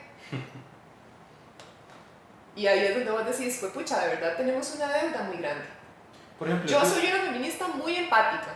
O sea, si usted de verdad me dice, es que yo quiero entender sobre este tema en particular, yo quiero entender sobre este fenómeno, y de verdad quiero entender porque por ejemplo, sobre mecanismos de control. Sí, porque me parece que este es un tema muy importante y desde mi perspectiva el problema central de la desigualdad entre hombres y mujeres nace ahí. Entonces yo quiero entender más una perspectiva feminista sobre eso. Yo me siento y no le voy a explicar nada, porque yo no tengo nada que explicar, pero le puedo contar mi perspectiva, le puedo contar mis vivencias, le puedo contar mi experiencia de vida, la experiencia de vida de las mujeres a mi alrededor, y ejemplificar. Bueno, es que eso opera de esta y esta y esta manera, y vea qué fácil es entenderlo. Si usted piensa que en tal circunstancia esta persona y esta persona tienen esta historia, y bueno, ¿qué pasa? ¿Cuál es el resultado? Ahí está operando eso que usted quiere entender. ¿Cómo llegas vos a estos temas? ¿Cómo profundizas? ¿Qué es lo que te provoca llegar a estas lecturas y involucrarse, Adriana, ya de una forma más activa, digamos, dentro del feminismo? Es pues la gente. A mí me importa la gente. Me importa el bienestar de la gente que tengo a mi alrededor. O sea, una cosa que a mucha gente le cuesta todavía entender, a los hombres que dicen que el machismo y el feminismo son lo mismo, pero que el machismo son los hombres y el feminismo las mujeres, como la canción de Arjona, brillante poeta centroamericano. Yo creo que lo que le cuesta entender es que el feminismo quiere bienestar para todo el mundo. El machismo no me hace daño solo a mí, el machismo te hace daño a vos, le hace daño a él, a los chiquitos, a las chiquitas. El machismo es un ejercicio concreto de poder, es un ejercicio de poder. Entonces, Te pongo un ejemplo. Yo especulo, porque no tengo datos, porque es prácticamente imposible tenerlos, sobre la violencia sexual que se ejerce durante la infancia de los niños varones, ¿sí? La violencia sexual contra las niñas ha estado muy normalizada a lo largo de la historia, ¿sí? O sea, las chiquitas se casaban antes, a los 7, 8 años, 9. Hay canciones de Los Ángeles Azules, Mi Niña Mujer, ¿sí? La novia que tiene 17 años, ¿sabes? O sea, todo eso está ahí súper normalizado. Está tan normalizado que se habla de ello sin mayor problema, sin mucho tabú. La violencia sexual contra las niñas y adolescentes es un tema del que hablamos sin tabú. Pero la violencia sexual contra los niños y adolescentes varones es impensable. En el 2018 es impensable hablar de ese tema. Y yo pienso, como 1 más 1 es 2, si el ejercicio de la violencia sexual es un ejercicio de poder sobre alguien que tiene menos poder que yo, ¿qué diferencia un chiquito de una chiquita? Nada. Son los mismos 2 seres indefensos de 5, 6, 7 años. Son indefensos los 2. Están en estado de indefensión. Un adolescente que está en las mismas condiciones que una adolescente, becado en una escuelita de fútbol. El escándalo que hubo en Argentina recién sobre prostitución y abuso sexual de directivos de equipos de fútbol contra niños y adolescentes menores de 15 años. Existe y no se habla de eso. El machismo es una mierda y nos afecta a todas las personas. Y cuando yo digo que quiero un mundo sin machismo es porque yo quiero que todo el mundo esté feliz y que todo el mundo esté bien y que tengamos relaciones más sanas, más saludables. Ahora, eso es un poco impensable porque tenemos que barrer un poco con las estructuras de poder. Y es que la gente que tiene poder no quiere soltarlo. Hay un tema interesantísimo que lo trata una teórica gringa que se llama Brené Brown, sobre los privilegios inmerecidos. Ella dice que el privilegio inmerecido es un privilegio que vos lo tenés porque naces hombre y blanco.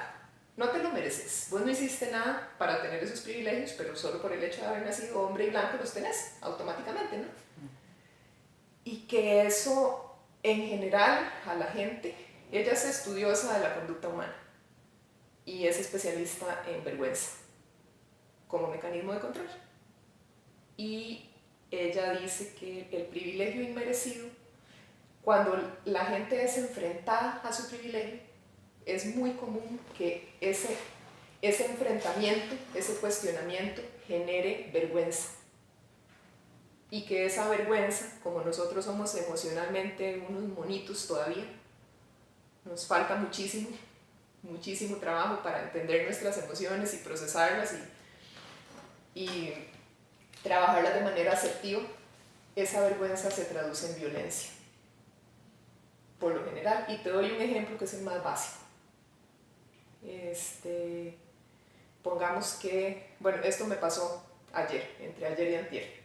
Una diputada de la República que está en la Comisión de Ingreso y Gasto Público escribe en Twitter esto: los diputados y diputadas que integramos la Comisión de Ingreso y Gasto Público acabamos de firmar un compromiso para garantizar la transparencia de la comisión, y este compromiso que firmamos nos compromete a no reunirnos nunca, bajo ninguna circunstancia, fuera de las instancias de la comisión, con ninguna persona involucrada en una investigación. Esto no tiene precedente. Es espectacular, hay que aplaudirlo con las manos, con los pies, con las nalgas. Es algo que nunca una comisión de este tipo había hecho. Y lo primero que le responden un hombre es: los diputados, deje de decir los y las, eso es incorrecto.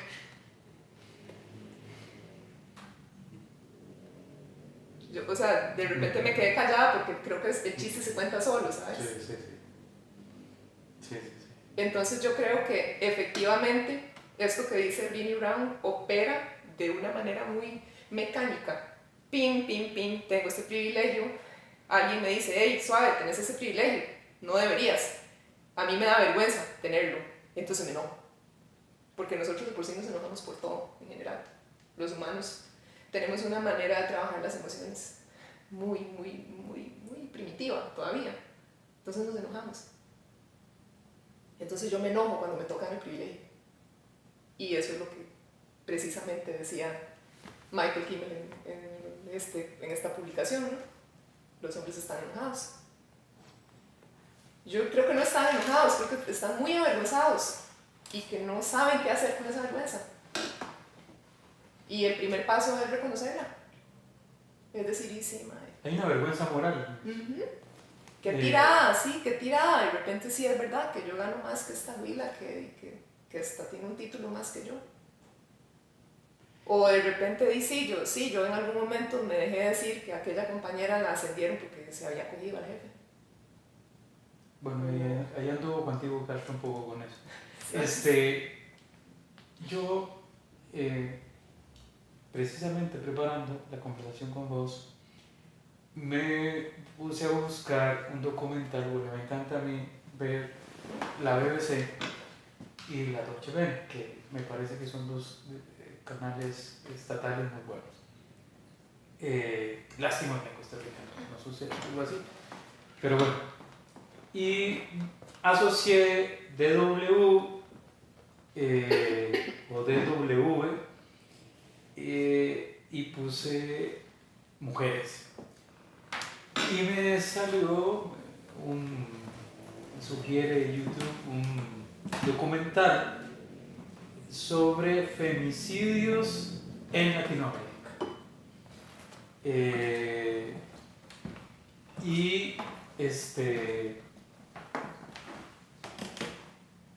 No lo he terminado de ver, tengo que confesar, pero hoy lo termino. Y uno de los primeros relatos es que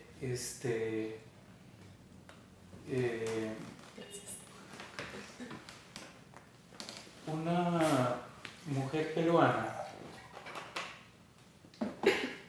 pues convivía con su pareja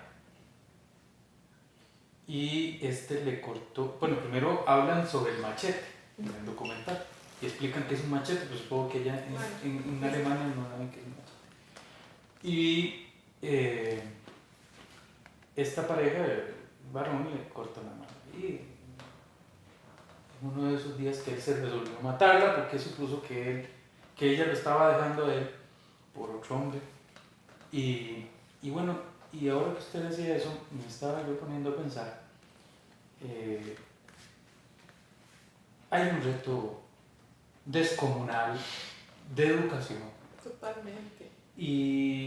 Pero es educación emocional, de nuevo. Es educación emocional. De muchos, porque me parece que es muy transversal el proceso educativo que hay que desarrollar. Sí, hay una perspectiva, por ejemplo, pienso en derechos humanos. Ahora, en la reciente elección en Costa Rica, hubo toda una discusión, y mire, yo estoy casi convencido de que muchísima de la gente que estuvo opinando sobre derechos humanos no están entendiendo, o sea, no entendían por qué el tema del feminismo y el derecho de las mujeres, el tema del aborto, el tema de la comunidad LGTBI está vinculado a los derechos humanos, cuando los derechos humanos es el que se le permita a cualquier ciudadano en su mayoría de edad ir a votar o expresarse. Sí, estamos reducidos a unas condiciones que me parece que explican muy poco. Totalmente. Entonces, y yo quiero necesito insistir en que es muy complejo. Sí, la transformación, la revolución que se está buscando, que me parece pertinente y muy oportuna, necesaria además, requiere de un esfuerzo monumental, teórico, pragmático, y además tienen que surgir una serie de liderazgos muy especiales para que puedan empujar este proceso. que me parece, como digo, muy, muy complejo. Pensando en este señor del machete, ¿verdad? Que de ninguna manera es justificable lo que ahí pasó, pero refleja que hay una cosmovisión, ¿verdad? Asumida, y que además todo su entorno conspira para que eso, ¿verdad? Claro, pero a eso es a lo que me refiero con educación emocional. Imagínate qué cosa más arriesgada, más avant-garde. No sé, que de repente los madres sean capaces de ponerse tristes cuando la doña los va a dejar por otro, en vez de enojarse y matarla, ¿sabes? Digo que, no sé, llorar, no mates a la vieja, o sea, ¿qué te pasa? ¿Me explico? Es como, o sea, estás frustrado, estás ahuevado, sí. O la madre te dijo que no. Imagínate, que la madre te dice que no y vos no la violás. Sí. Algo así tan raro, tan fuera de serie, como que vos no la violás porque la madre no quiere coger con vos. O no quiere estar más con vos y vos la dejas que se vaya sin matarla. ¿Sabes? O no sé, tuviste un encuentro sexual consensuado con una mujer que culminó en un embarazo no deseado y ahora arrastras con una paternidad no deseada. Imagínate que vos estás responsable por ese producto. Pero es que esas alternativas no están ahí, ¿verdad? Es que las alternativas ni tan siquiera para muchos de estos caballeros, de estos hombres. Claro, a eso es a lo que me refiero con esta educación. A que no somos asertivos, no somos gente asertiva, no sabemos qué hacer con nuestras emociones y eso genera unas complicaciones impresionantes. Claro. Arrastramos un montón de cochinadas, arrastramos un montón de comportamientos que son súper nocivos. Que cuando dicen es que las mujeres también son machistas, sí, claro que somos machistas también las mujeres, por supuesto, si nos criamos debajo del mismo palo, si al chancho con lo que lo crían. Sí, eso me parece que ya está acabado, o sea, es decir, insistir en ese punto, ¿verdad? Digo, ¿y qué? Sí, las mujeres también somos machistas, ¿y qué? ¿Y qué? Eso legitima el machismo de los hombres. Sí, eso es uno de los capítulos que debería superarse ya, pasemos la página. Sí, entendamos que sí, que somos efectivamente, tenemos conductas machistas, hombres y mujeres, y el machismo nos está perjudicando a hombres y mujeres. Sin haber ahondado en esta teoría de la vergüenza, creo que en efecto, precisamente es un argumento que se utiliza para generar esa vergüenza y en alguna medida descolocar a la mujer y su posición. Hay una frase por ahí de Philip Roth que me encanta, digamos, algunas de las cosas que él propuso. Y él dice, escribir te convierte en alguien que siempre se equivoca. La ilusión de que algún día puedas acertar es la perversidad que te hace seguir adelante. ¿Eso me sucede a usted como escritor? Todos los días. ¿Sí? Pero no solo como escritora. ¿Cómo lidia usted con la equivocación? Me encanta equivocarme, me fascina equivocarme.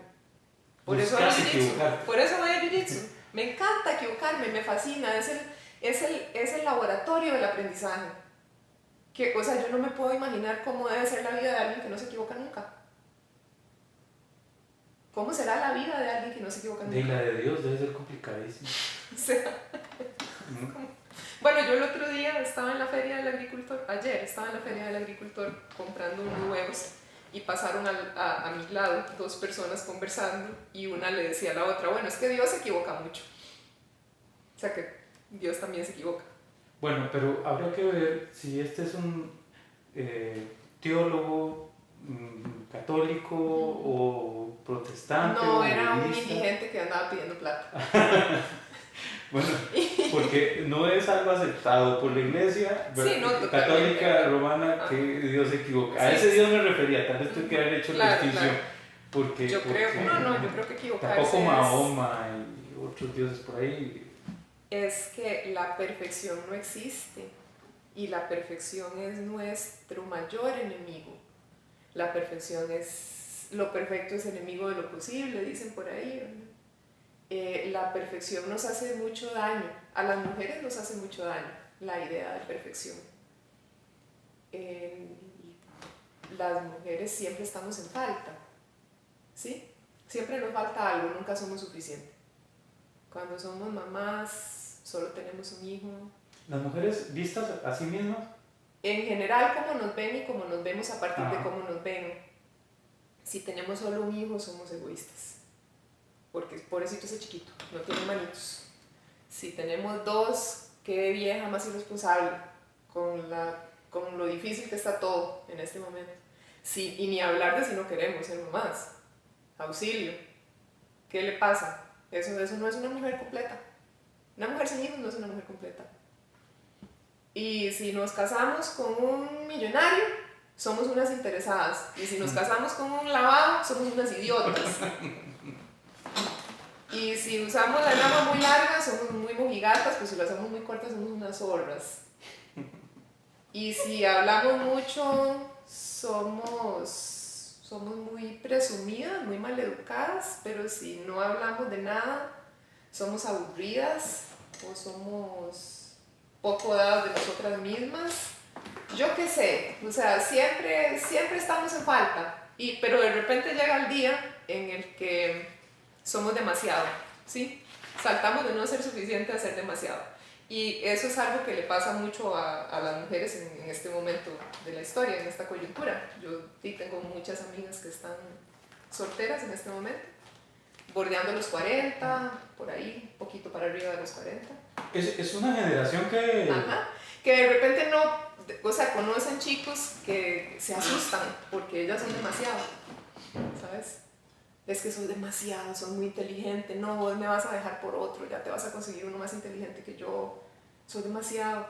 Y siempre yo gozo con mis amigas, ¿verdad? Porque, pues, pucha, o sea, no somos suficiente nunca, pero llega el día en el que somos demasiado, pero nunca somos suficientes. Pero a vos te ha pasado por ser demasiado, digamos, terminar una muy buena relación por ser demasiado. Totalmente, sí. O sea, una relación sana, sana entre lo que se puede entender como bueno, sano, no, yo no creo que sea sana una relación en la que alguien digamos, quiere estar con tenías, vos porque sos demasiado. Pero digamos, lo que tenías antes de que surgiera el conflicto de si eras demasiado o no. Es que yo creo que eso sucede antes de que se forje está la ahí relación. incubado, digamos, y... No, hay relaciones que no comienzan porque vos sos demasiado.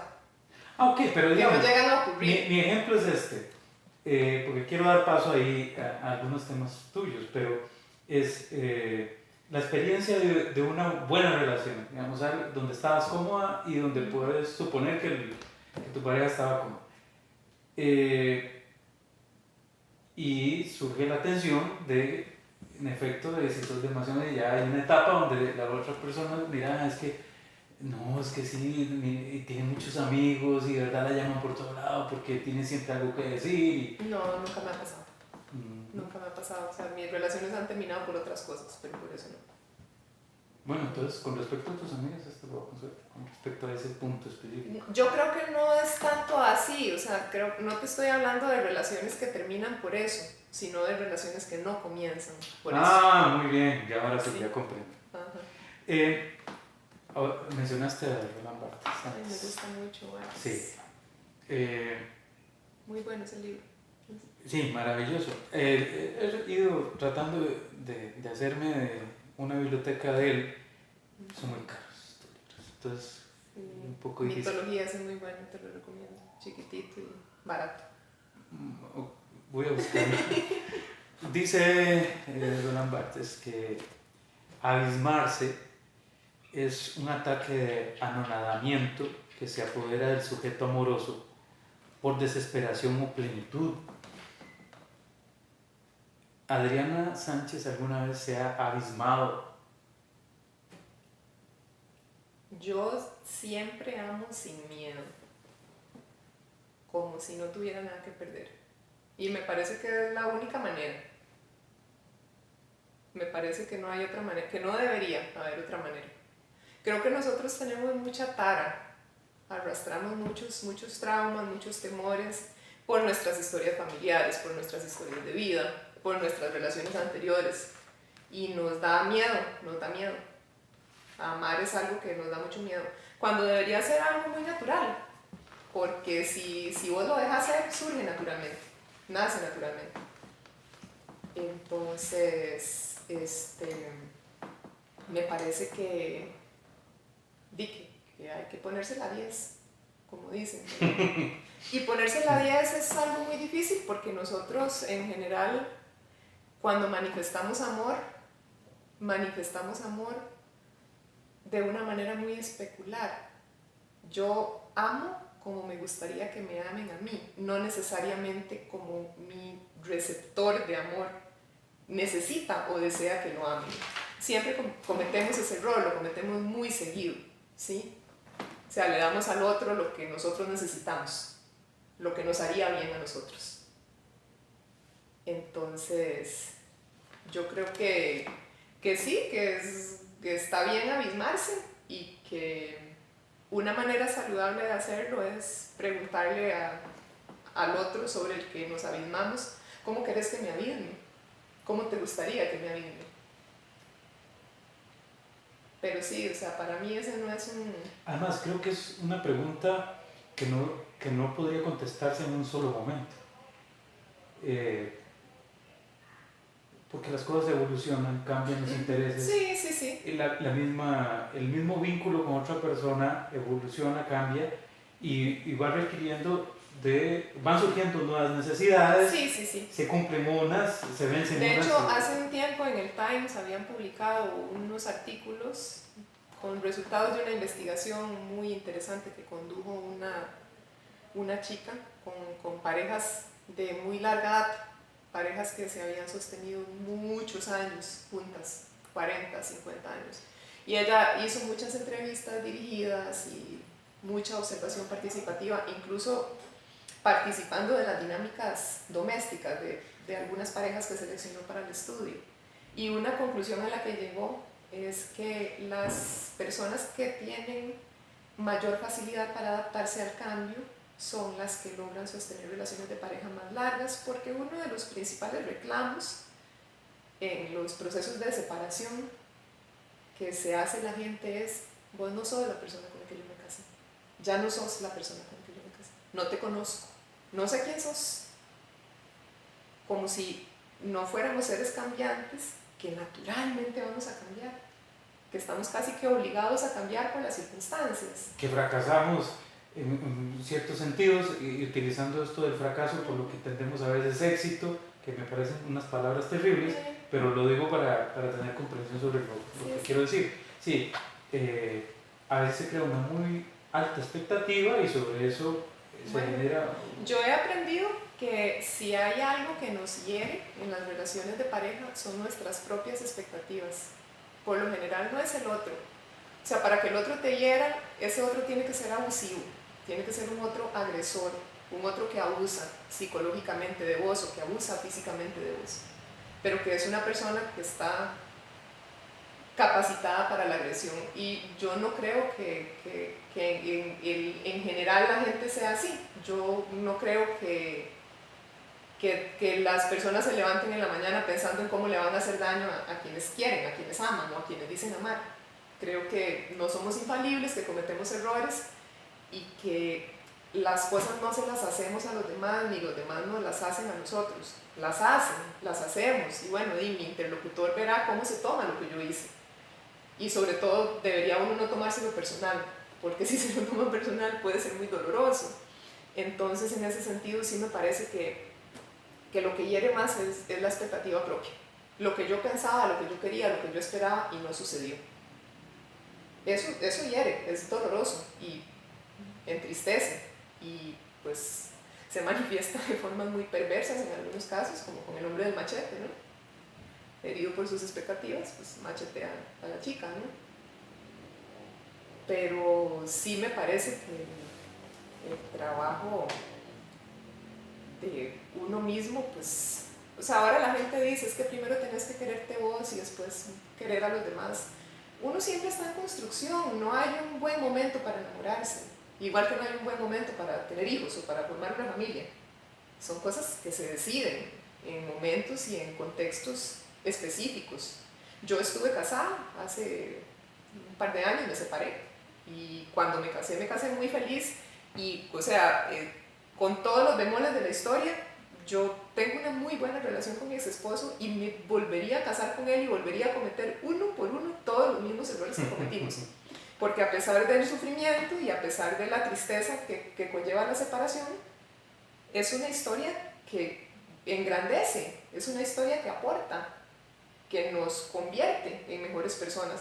Y yo creo que en ese sentido, ese debería ser el termómetro para decidir si vos te quedás en una relación de pareja o no. ¿Hacia dónde te vas moviendo? Hace 2 meses, ¿en dónde estabas y en dónde estás ahorita? Un poco por los ¿Esa fines. persona te ayuda a ir hacia un mejor lugar? Pero eso da perspectivas de fines, ¿no? Sí, es un poco esa visión de que todo tiene que tener por lo menos un fin. Pues no creo que sea por ahí, me parece que tiene que ver más con bienestar y con el bienestar siendo el motor de la vida, o sea, pasarla bien, estar contento uno y estar... Entonces aquello de esto no nos está llevando a ningún lado, vamos a ver, deberíamos después de este tiempo estar aquí y no estamos, ¿verdad? Un poco esa teleología, digamos. ¿No va con vos? Es que eso es expectativa. Y la expectativa es enemiga de la alegría. Yo creo que es enemiga de la alegría, de la expectativa. Porque, bueno, es que te lo comento porque Albert Camus hablaba precisamente que una de las formas de encontrar la libertad era deshaciendo los fines. Así que tenemos que asumir una perspectiva sin fines. Porque la vida no está, si es que está diseñada, digámoslo así, mediante fines o fines preestablecidos. Bueno, yo creo que la finalidad de las cosas es como una pequeña receta que utilizamos los seres humanos para lidiar con la mortalidad.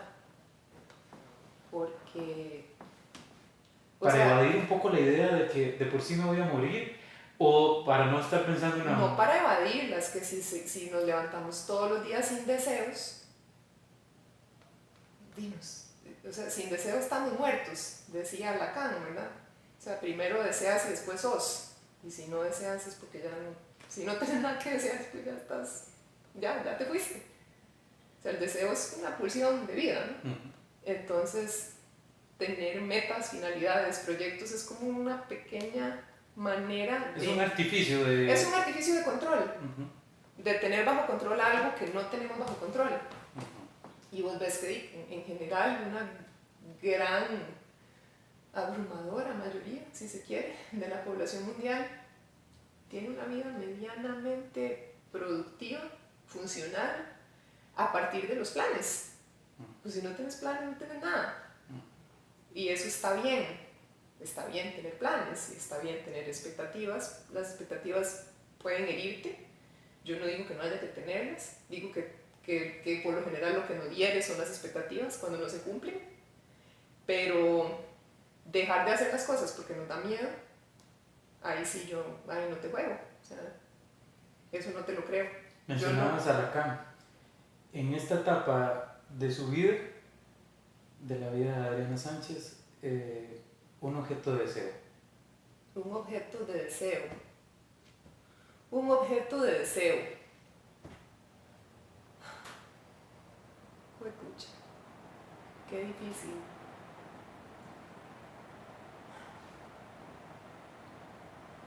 Un objeto de deseo. O una aspiración. Yo creo que algo que me gustaría mucho tener es como un negocio muy consolidado. O sea, ya le he dedicado 5 años a mi negocio, muy trabajados, muy hechos leña, muy sacrificados, y quiero que eso comience a dar frutos. Eso quiero, y eso es lo que me hace levantarme todos los días a trabajar. que ya quiero como llegar ahí a ese momento de estabilidad en donde comencemos a ver los frutos de lo que todo ese trabajo, todo ese sacrificio ha significado. Sí, eso es algo que deseo.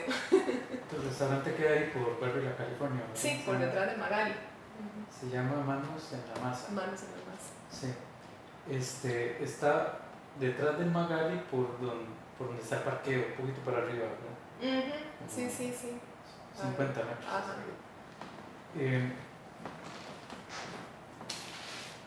Quisiera finalizar con una frase que escribiste por ahí. Ojalá la encuentre. Ya la encontré. Decías vos por ahí: mientras tanto, una caquita de perro en el zapato me recuerda que en algo sí tiene razón el doctor. Lo privado es tan de uno que lo público no es de nadie. Mierda. Esto lo escribiste hace unos años. Hace un montón. ¿Lo defendés hoy día? Totalmente. Sigo pensando en eso. Yo creo que algo que yo quería decir con eso es que nosotros, pues dentro de nuestra avanzada por la vida tan individual, no nos hacemos con el espacio, y eso incluso sucede desde la misma política pública, ¿verdad? Yo no sé si vos supiste, pero están planeando cercar el Parque Francia. Ah, ¿de verdad? Sí. Ajá. Los vecinos quieren que se le ponga una malla alrededor del Parque Francia para que nadie lo use, porque quieren tener un parque de adorno, no un parque en el que la gente vaya a apropiarse del espacio público. A nosotros nos ha costado mucho apropiarnos del espacio público. San José lo perdimos. En los 80s y 90s perdimos San José. Lo perdimos una guerra contra el miedo de apropiarnos del espacio público. Y perdimos el espacio público mientras perdíamos esa guerra. Y nos ha costado mucho recuperarnos, nos ha costado mucho hacernos con el espacio público. Y entonces, la vida privada, el refugio de lo privado se convierte como en la zona de confort que nos permite no enfrentarnos a esa ausencia de pertenencia por lo público. Y sí, me parece que es muy lamentable y lo sostengo, o sea, lo pienso en la misma línea en la que lo escribí en aquel momento, lo pienso en esto. Sí, ahora se ha dicho que hay una frase, la escucho mucho de los líderes de Podemos en España, que dicen que lo personal es político. Y bueno, si es político, es público. Sí, ya nuestra individualidad trasciende y en esa trascendencia nos exponemos. Y en esa exposición tenemos que evaluar lo justo y lo injusto del entorno, qué tanto nos permite, qué nos permite y qué no nos permite. Y también lo asociaba un poco esa reflexión tuya en ese sentido. Además de que el contexto que tenías cuando escribiste esto tal vez no estaba tan profundizada las consecuencias de las redes sociales, por ejemplo, ¿verdad? Entonces, que más bien vienen a reafirmar mucho de eso. Te agradecemos muchísimo, Adriana, el rato que compartiste con nosotros. Me parece que es enriquecedor y además nos perturbaste de buena manera. Creo que, y ojalá que este podcast ayude a perturbar de buena manera, creativamente, y que haga crecer a muchos de los que nos escuchan. Un último mensaje para todos los caballeros que me están escuchando. Aparte de que no le tengan miedo al feminismo y que las feministas no somos sus enemigas, yo espero que ya esté claro. Atrévanse a incomodarse, incomódense, sálganse de su zona de confort. Esa es una excelente manera de comenzar, incomodarse. Muchas gracias. Muy amable, Adriana.